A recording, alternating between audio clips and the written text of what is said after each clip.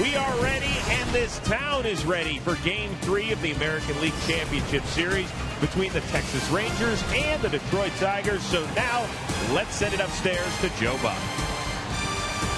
All right, Chris, thank you very much. Are we ready up here in the broadcast booth? I hope the answer is yes. The Texas Rangers had two terrific games at home. They're up 2-0. The games were thrilling. And now here we are in Detroit.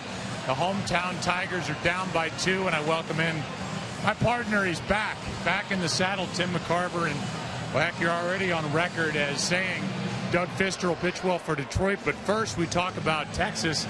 And from your vantage point from afar, what do you think was the key to them going up 2-0? Well, normally you don't talk about a bullpen in Game 3, but the Texas Rangers, with 12 2/3 innings of scoreless baseball, to be the first time in LCS history that's been done, to open an LCS with a scoreless streak like the bullpen did. Yeah, and when you combine that with the hitting prowess of Nelson Cruz, that's why the Rangers are up 2-0. Meanwhile, you talk about Fister, but what else has to happen for Detroit to get a win here tonight? Well, for me, Joe, there are 3 keys to the Detroit lineup, whether they're going to score or not.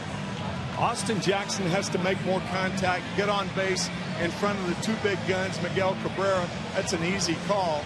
Miguel Cabrera and Victor Martinez, they've been driving in runs for a long, long time. And if he gets on and gives them enough opportunities, he'll do that. Well, let's find out as we look back. Last night was magical for Texas, but tonight we turn the page.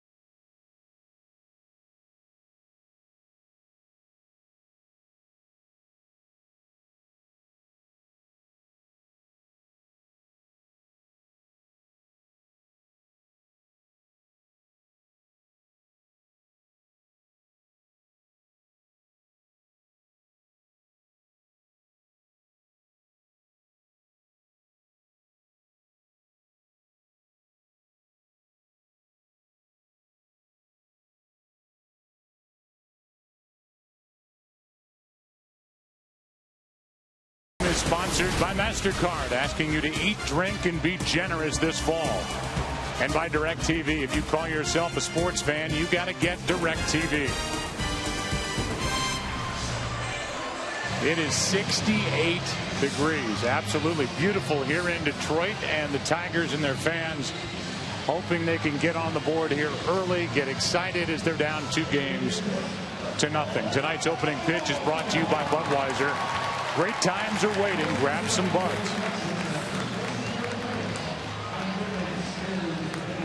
And before Doug Fister goes to work, the Rangers starting lineup is brought to you by Taco Bell. Think outside the bun. Ian Kinsler, Elvis Andrus, and then Josh Hamilton, the top 3. In the middle, it's Michael Young, Adrian Beltre, and Mike Napoli. Bottom 3, Nelson Cruz, your Vitor Alba, his first start of this ALCS, and Andy Chavez makes his first start of the postseason. And there are the numbers. The clincher, Game 5 at Yankee Stadium for Doug Fister. Doug Fister 4-0 in this ballpark, 8-1 with a remarkable earned run average since being picked up on the 31st of July from Seattle. And Kinsler starts it with a base hit into left. How about that start for the Rangers? Up 2-0. Solid, sharp single through the left side, and Kinsler is aboard. And obviously a stolen base threat, as is Elvis Andrus, who's batting second. And somewhere Terry Francona saying, I knew he was going to jump on the first pitch in his first at bat. At some point, it finally happened. And Francona driving through the South. One on with nobody out, and here is Elvis Andrus, who takes a strike from Fister, and that's no surprise. Fister throws a lot of strikes. 67% of his pitches are strikes, and he is in the top 5 in the league in that category. Elvis, see how the Texas Rangers want to play this with the leadoff man on, and a check on Kinsler.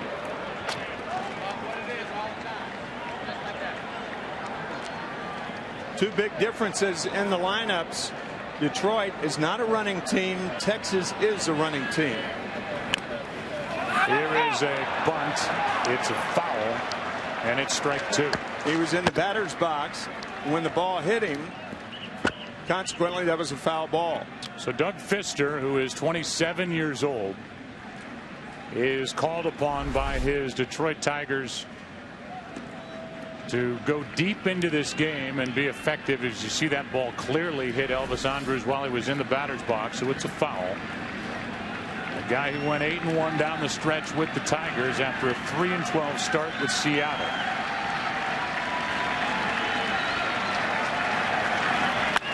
Chop to the right side and through the right side. Kinsler will go first to third, and it's runners at the corners with nobody out for the Rangers here in the first inning. Sometimes pitchers get impatient with a count, no balls and 2 strikes, and they don't make a pitch bad enough. That pitch was too good a pitch on an 0-2 count. Andrus fights it off. See, that ball has too much of the plate. I think Fister wanted to come inside. Too good a pitch. First and third, nobody out. And a chance for Texas to jump on top with Josh Hamilton at the plate. There is numbers in this LCS below it during the postseason after a year in which he hit .298. 25 homers, 94 RBIs, and he's out in front of that pitch, strike 1.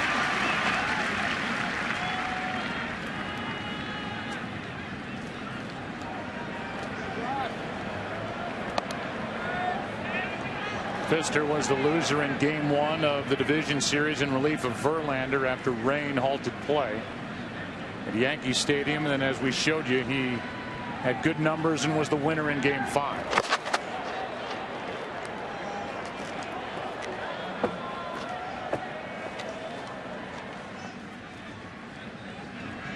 Home plate umpire is Jim Wolf. He's working his first LCS.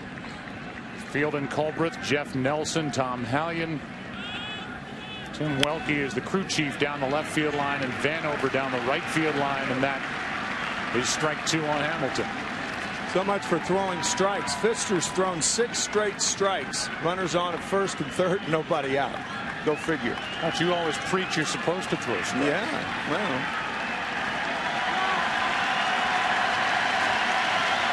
Crowd's trying to get into it. Another check on Elvis Andrus.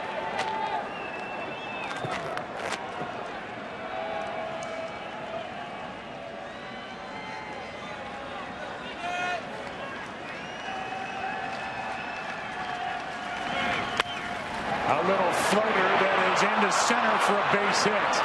Another 0-2 pitch, another 0-2 hit. In to score is Kinsler. And it's 3 straight singles to start the night for the Rangers, 1-0 in the first. 3 straight singles on 8 straight strikes. And again, Pfister doesn't get it inside enough. It was a cutter in on the hands, but not quite on the hands enough. And Hamilton puts the Rangers up. The Rangers coming off a walk-off grand slam last night at the end of basically a 4.5-hour game, and they roll right into Detroit. They've taken the crowd right out of it. Might be 2. Peralta has to lay back. Got it at second and got them both. Boy, what a great turn by Ramon Santiago, using the bag for protection. Behind the bag, quick relay to just get Michael Young.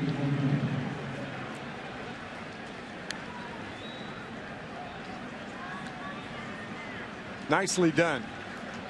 So what is a 1-run inning now has a runner at third, 2 out. Michael Young still hasn't driven in a run. Now 1 for 9 in this series, and here's Beltre. Strike 1 from Pfister. Andrus a runner at third, 2 out. Colby Lewis will take the mound. When the Rangers take the field in the bottom of the inning, and a good job by Avila to corral that pitch, ball 1. Not bad for a guy who caught more innings than any other major league catcher. 133 starts this year. And the cool weather has got to help Avila more than anybody on either team.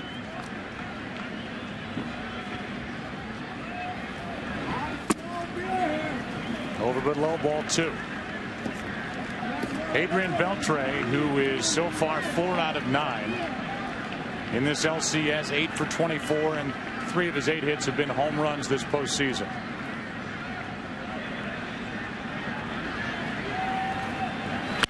That's foul. And almost caught a piece of Andrus at third base. 2-2. Why runners take their leads off third in foul territory. If the ball hits them, then it's just a foul ball, even though they're a bit sore, of course. It might have put him out of the rest of the LCS if that thing hit him. That was a tracer. So now the count 2-2.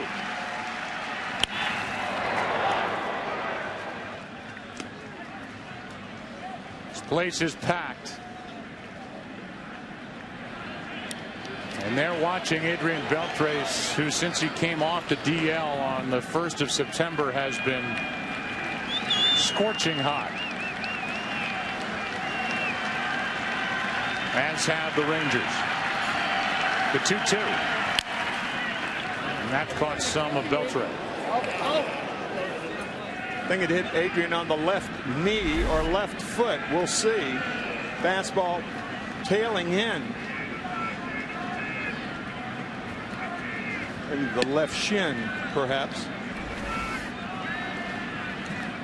Sleep in November. On deck is Napoli. He is the DH.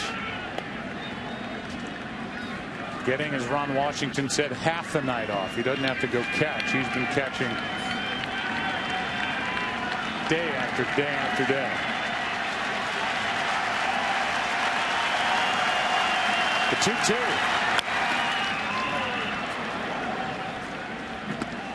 That foul ball ended up in the Tiger dugout.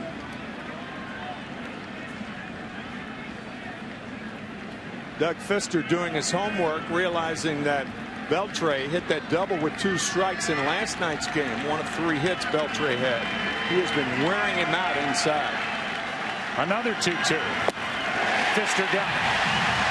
And in the end, did a terrific job of limiting the damage. Just 1 run on 3 hits.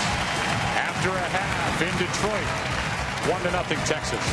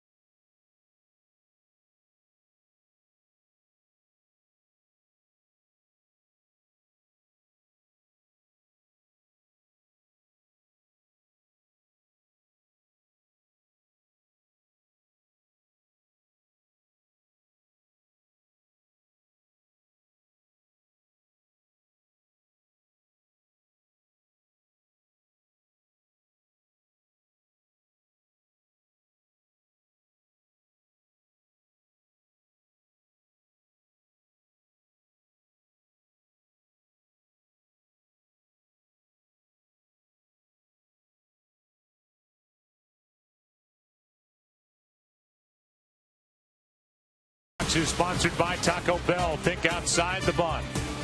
By E-Trade, Investing Unleashed. And by Fiat. Take a look at this Tigers starting lineup brought to you by Taco Bell. Think outside the bun. Little different look tonight, but that's kind of typical of the way Jim Leyland has managed all year. Back-to-back games, you don't see the same lineup. Jackson, Santiago, Cabrera, Victor Martinez, then Don Kelly, who's hitting 5th for the first time all year. Peralta, Avila, Rayburn, and Dirks. As Delman Young was unable to play after working in yesterday's game with that strained oblique. And there are the numbers for Lewis. The only starter for the Rangers to pitch more than 5 innings in a start this postseason. He went 6 against the Rays. Strike 1 on Austin Jackson.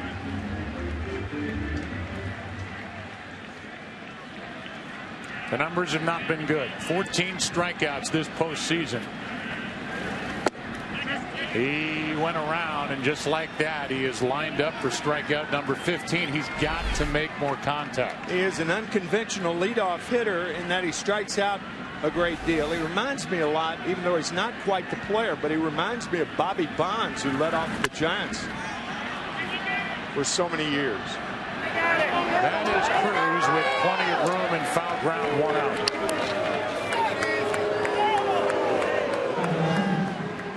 And our cashback player to watch is Colby Lewis. Chase Freedom cashback player. Colby Lewis, career postseason record of 4-0, an ERA of 1.67. That's with last year and this year. And don't get shortchanged to get your cash back with Chase Freedom. And those numbers are getting more and more impressive for Colby Lewis. Exceptional. First pitch strike to Santiago. 1-0 Texas on an RBI hit by Hamilton in the first. The 0-1. Strike 2.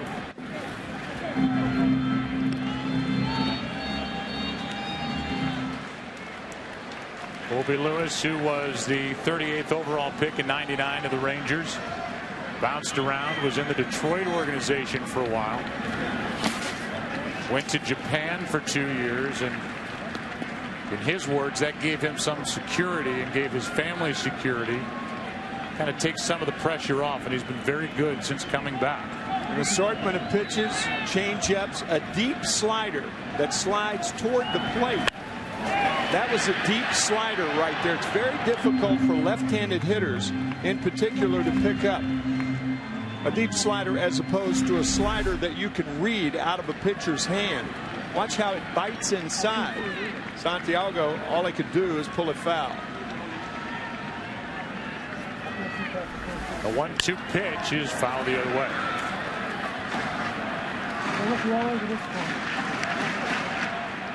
Miguel Cabrera will follow if anybody gets on Victor Martinez as the Tigers trail in the game and in the series. See the difference in the home and road splits for Colby Lewis. Much better on the road. Strike 3. Santiago was looking for something else and took a 1-2 pitch for strike 3. Yeah, that is not a good pitch. It's a curveball for a strike, but that's not how they draw it up. Colby Lewis getting away with the curveball of Santiago. That brings in Cabrera, who's up there ready to hammer, and he fouls one back. Miguel, 2 hits, 8 trips in this series, 5 for 23, 1 home run. As he plays in his second postseason, got there in '03 with the Marlins, who won it all over the Yankees. Colby Lewis is making it look easy here in the first.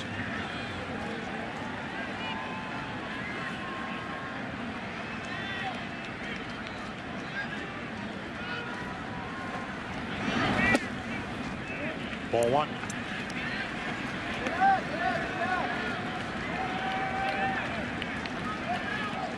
Among the best 2-strike hitters in baseball, Cabrera goes to right field often with 2 strikes.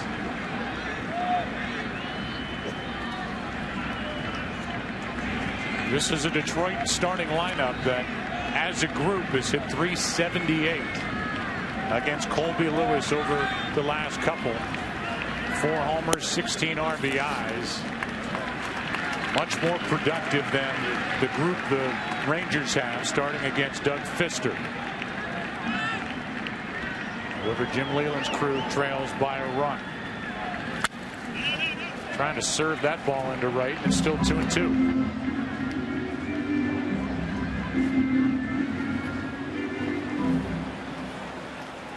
Leyland had a chance to visit with his good friend Tony La Russa after their game last night. Russa's Cardinals are off in their series. They will pick up against Milwaukee tomorrow night. What a good start. Colby Lewis has a perfect first inning, and after one in Detroit, 1-0 Texas.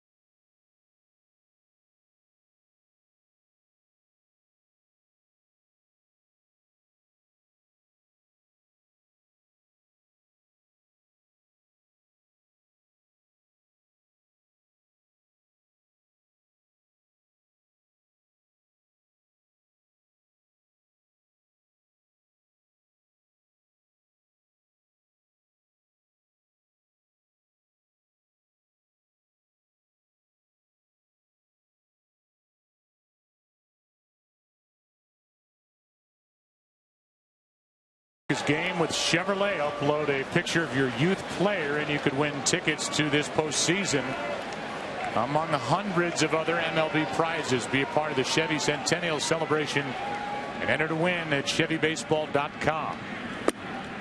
See how Pfister goes through the second. He will deal with Napoli, Cruz, and your Vitor Alba, making his first start of this LCS. Pfister allowed a run on 3 hits, got a big double play ball off the bat of Young in the first. Strike 1. Good curveball and a fastball count by Pfister.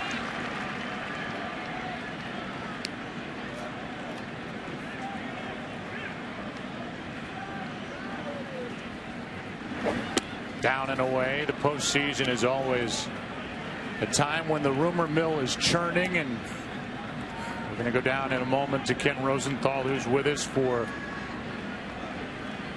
a new rumor. The 2-1. 2-2.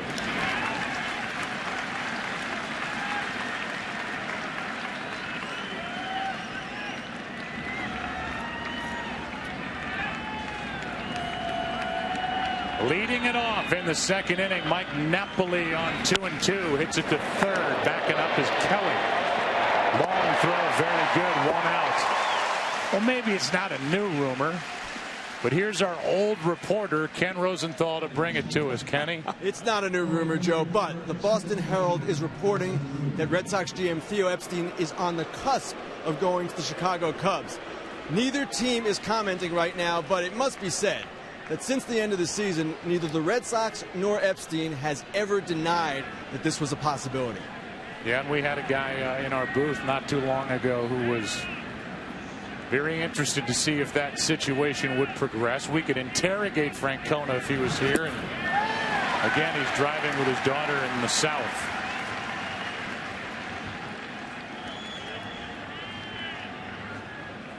Get him on the cell phone.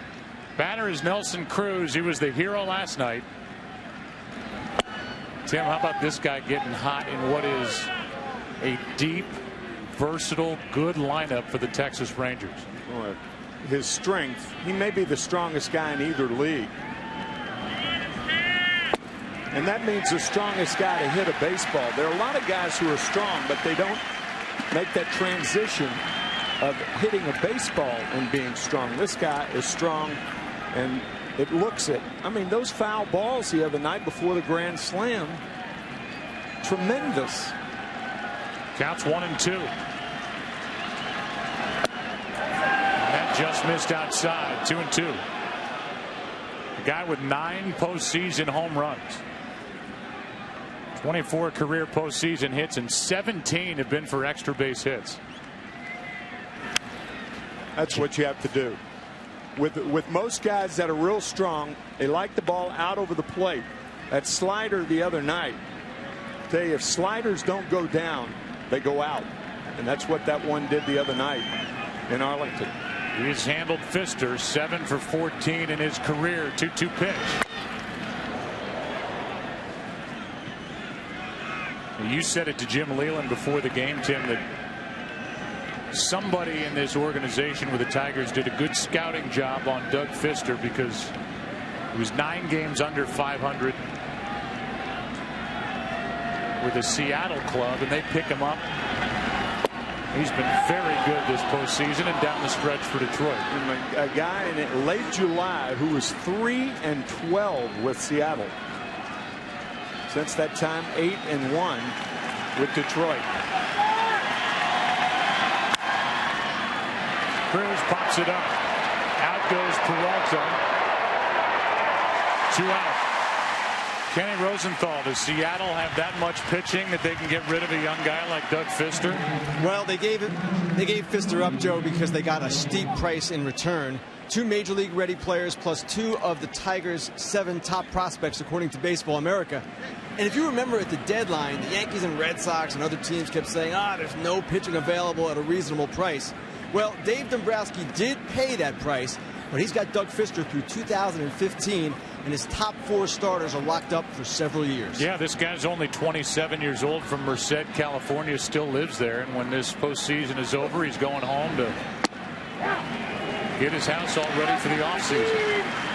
Good curveball, strike one. At 6'8", appropriate that he was born near Yosemite. We asked Doug what's in Merced. He said nothing. But he'll be there whenever this postseason is over. He's had some ride. By his own admission, he said we've just kept it simple. Paying attention to the small things and going pitch to pitch. And his latest pitch is grounded through the left side for a base hit by Peralta. And in his first start in this LCS, he is on with 2 out with Chavez coming up. First 8 hitters are any indication. Fister's trying to crowd the right-handed hitters. You can change that the second time through the order, but first time around he has really been wearing those right-handed hitters out inside. Only the ball that Ian Kinsler led off with his base hit sharply through the left side has been hard hit. Yeah. Andrews was jammed, the ground ball to right. Hamilton was jammed. Cruz was jammed for an out.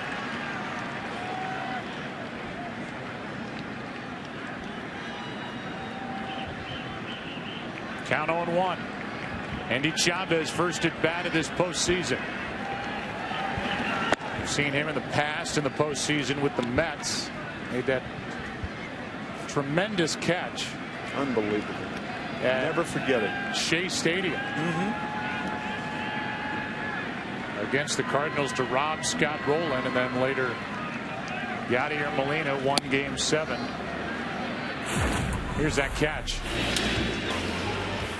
And this is about as good as it can get in a Game 7. Oh, I'd love to see that. Unbelievable. Am I remembering correctly? Didn't he then throw behind the runner and turn it into a double play? Or did I dream that? No, I think you dreamt it. Here is Chopper up the middle, and Santiago goes to the bag. We go to the bottom of the second. Tigers coming up down by 1.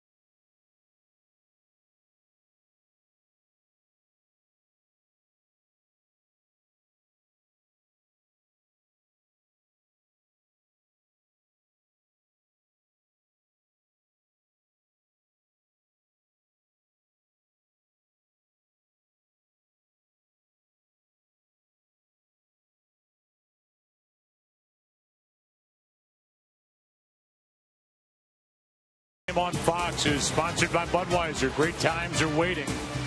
Grab some buds. And tonight's aerial coverage is brought to you by DirecTV. If you call yourself a sports fan, you got to get DirecTV. Bottom of the second, and Victor Martinez, who is hitless in this LCS, will lead it off. Then Don Kelly, Johnny Peralta against the right-hander Colby Lewis. Worth repeating, Joe, he's 0 for 7 and has stranded 8 runners in the first 2 games. And he's got to make teams pay for pitching around Miguel Cabrera. Yep. That's why he's here. And that's what he did during the regular season when he led the big leagues in batting average with runners in scoring position and when he drove home over 100 runs. To give you an idea of your point, on September 4th, when they walked Cabrera intentionally, Martinez hit .411. Since then, he's only hit .230. So he's tailed off a little bit. My goodness, why wouldn't you? .411 after an intentional walk to Cabrera.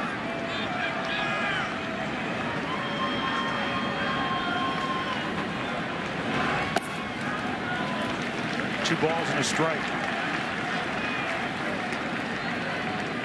We've upset Jim Leyland before by showing pine tar in this ballpark. I was thinking the same thing.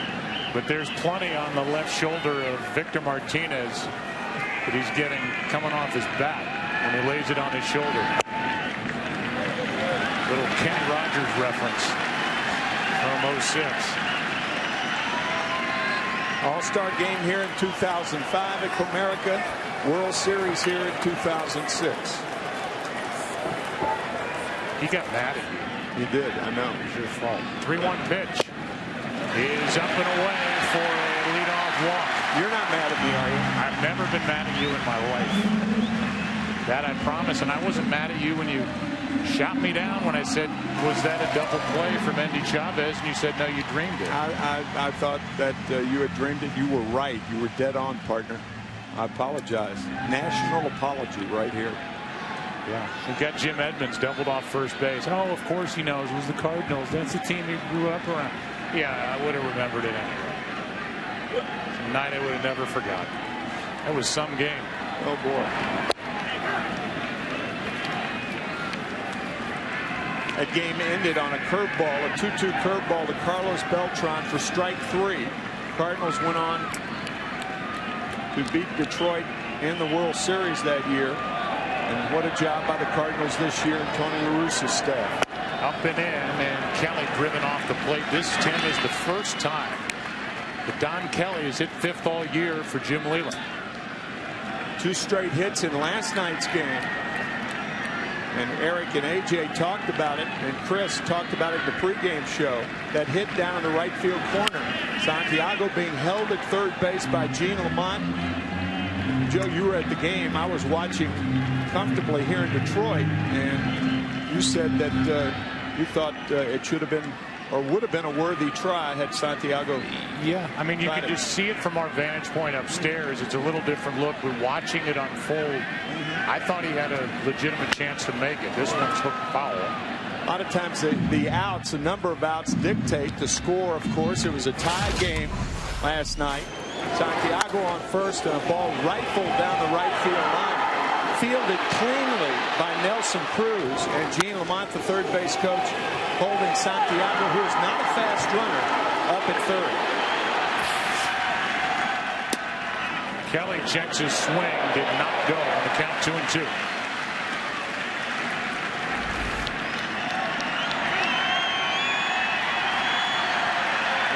He's close.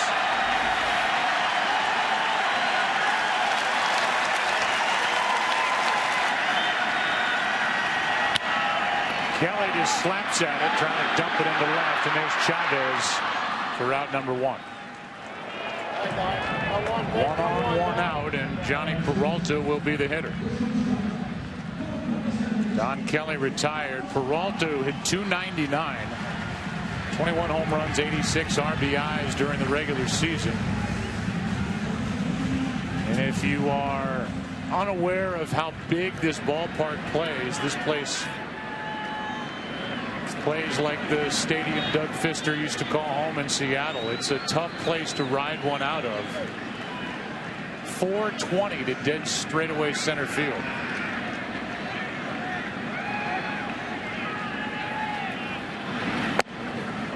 Ball one high.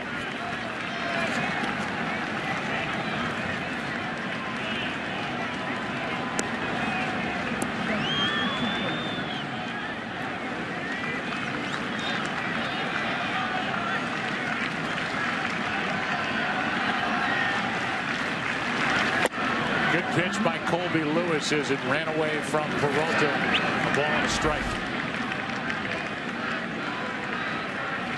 Tigers trading for Johnny Peralta in the middle of last year. What that did, it opened up the shortstop position for Asdrubal Cabrera with the Cleveland Indians, an all-star shortstop and a good one. Yeah, he really blossomed this year. His power numbers skyrocketed. That pitch called low and the count 2-1. Avila next. His crowd is just dying to have a reason to make some noise. Tentative right now. Inside, 3-1.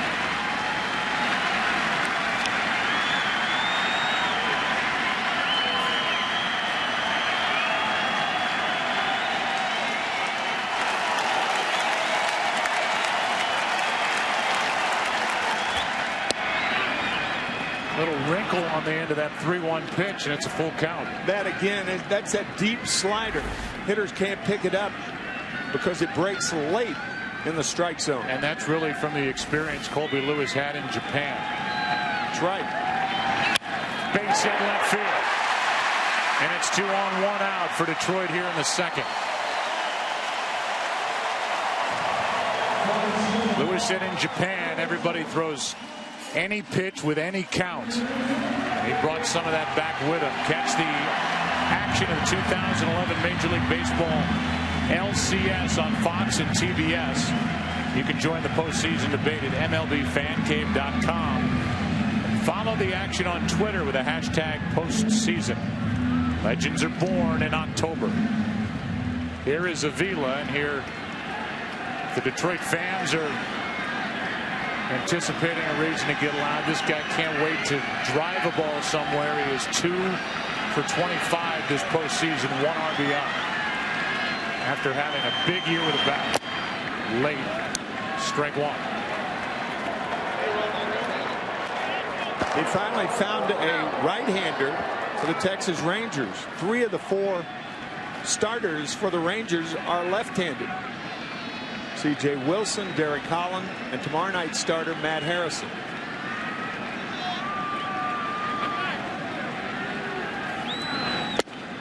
A ball and a strike.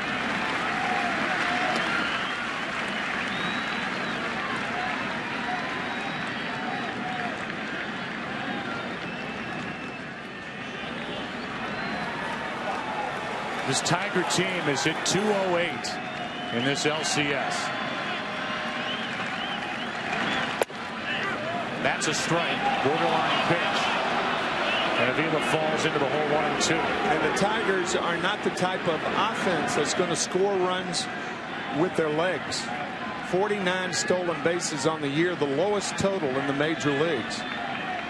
So they have to hit to score. They can't run to score.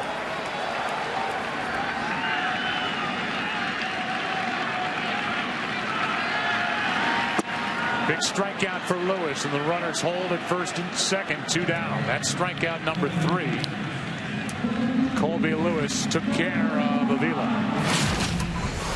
Check this out, pitch by pitch, the fastball swing and a miss. Fastball got a break there, and then the slider diving down and in gets Avila. Good job of pitching by Lewis. And leaves it up to Ryan Rayburn, who was the lone hitting star yesterday for the Tigers with that 3-run shot in Arlington that gave the Tigers a lead. Cruz tied it in the 7th and then won it in the 11th. Really fun guy to talk to is Ryan Rayburn, and we said Which do you prefer, playing left field or right field? He said hitting.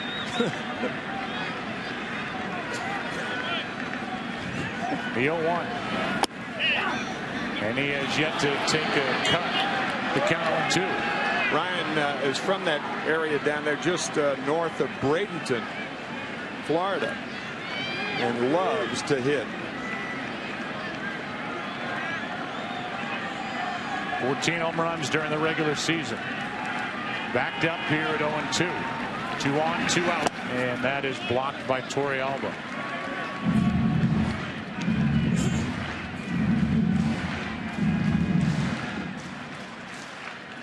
Peralta actually caught more games this year total than Mike Napoli.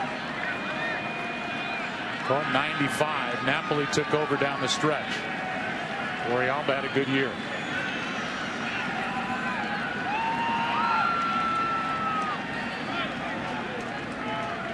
Here is a 1-2. Pretty good rip by Rayburn. Still 1-2.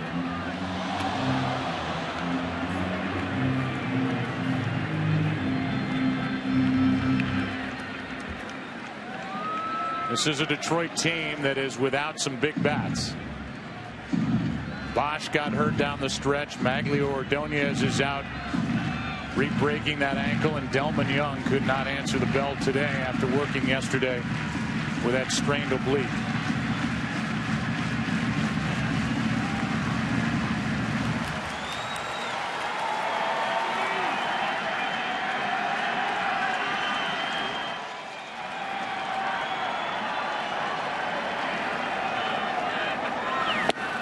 Strikeout ends the inning. 2 in each inning for Colby Lewis.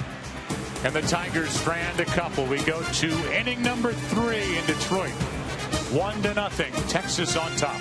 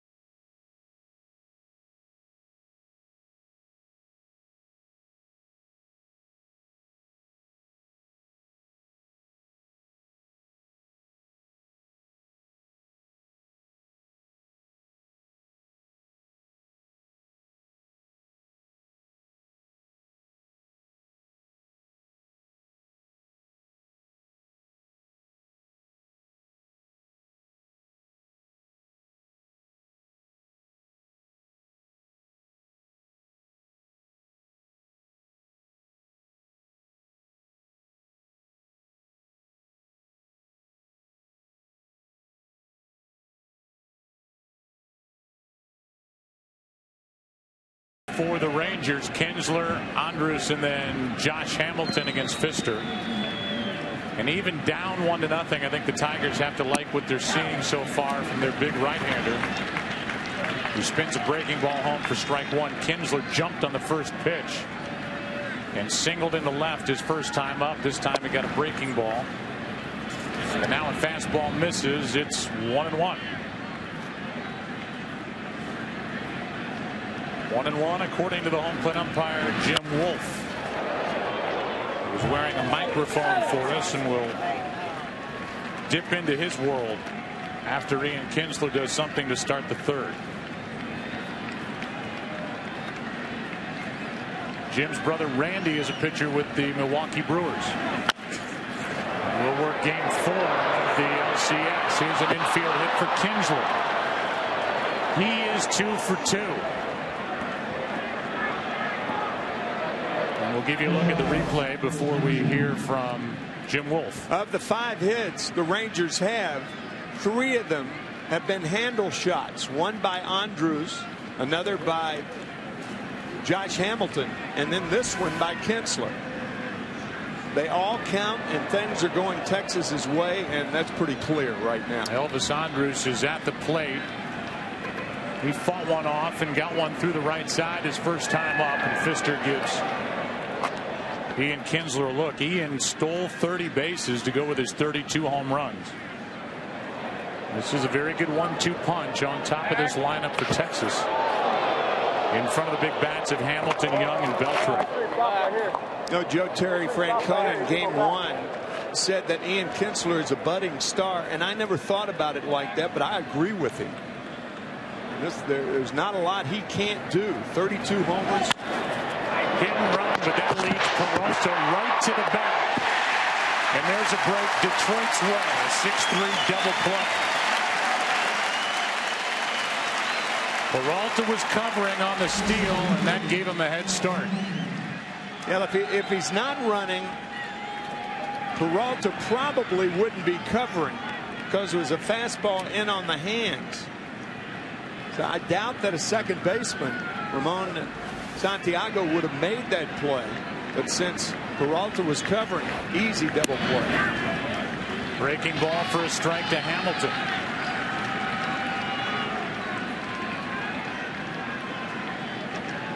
Josh with an RBI single his first time up. A little floater into center. That is strike 2.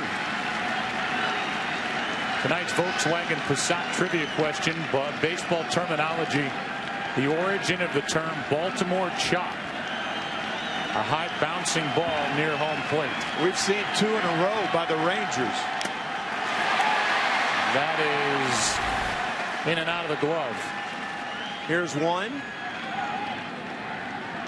Baltimore chop in Detroit. And the double play ball was a Baltimore chop. Pfister almost struck out Hamilton. Now he does on the next pitch. We'll have to wait to hear from Jim Wolf.